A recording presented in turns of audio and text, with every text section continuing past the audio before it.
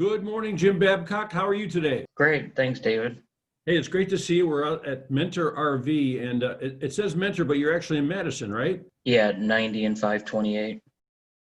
Yeah, I guess you had to go all the way out there because you need a lot of room for all the RVs you have out there. Oh, What yeah. what kind do you sell out there, and how many do you have? What's going on? We're actually fairly low right now because of the pandemic. The manufacturers are quite a bit behind, but we've got quite a few on order. We've probably got a few dozen right now. Normally, we'd have probably triple that.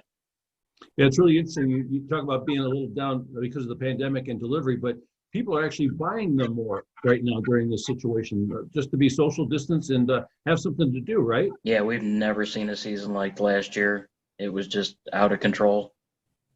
People not only wanting to get away, but that some people are using them for work, for health, nurses traveling and that. Hey, it makes a lot of sense. So there's a lot of different kinds, like if somebody's a nurse and she's traveling and she wants to go, she's going to get something different than a family of 4 or 5. How many different brands and how many different sizes? What's the range of product? We carry 5 different brands, everything from 1,200 pounds. It's like starting at like 10,000, going up to 15,000 pounds. That's like 50,000. When you start doing those thousands, I started thinking of money before I started thinking of pounds. And let's talk a little bit about price, because I understand, like, you're sort of situated not that far from Pittsburgh. You're only 40 minutes from Cleveland, and you got a big clientele out there. Does that have to do with the prices? We base our prices what our vendor cost is, and we do a lot of market research. So we try to be the lowest in 400 miles on the same model.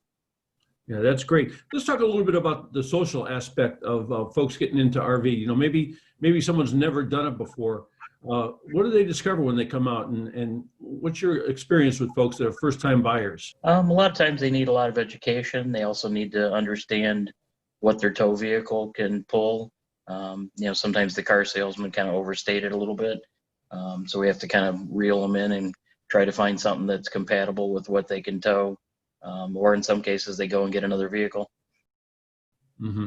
So we're talking about towing vehicles, and a lot of folks also see those big RVs on the street where it's like a big giant bus out there. What are some of the advantages of towing the RV versus having that big bus that you drive in one big thing?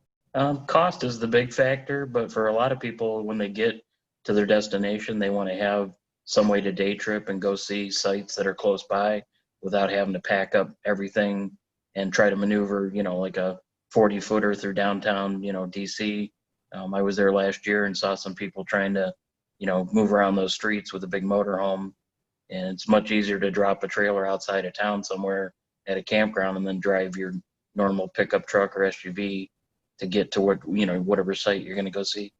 Yeah, so I mean that's a great aspect of camping, because a lot of times you go somewhere and you want to go out, maybe check out a restaurant, not just toast marshmallows all night. So it gives you a chance to leave it behind and do something else. A lot of folks are going to be interested in RVs this year, so you head out to Mentor RV in Madison, see Jim Babcock, and he can help you out and get you started on a new hobby that may change your life.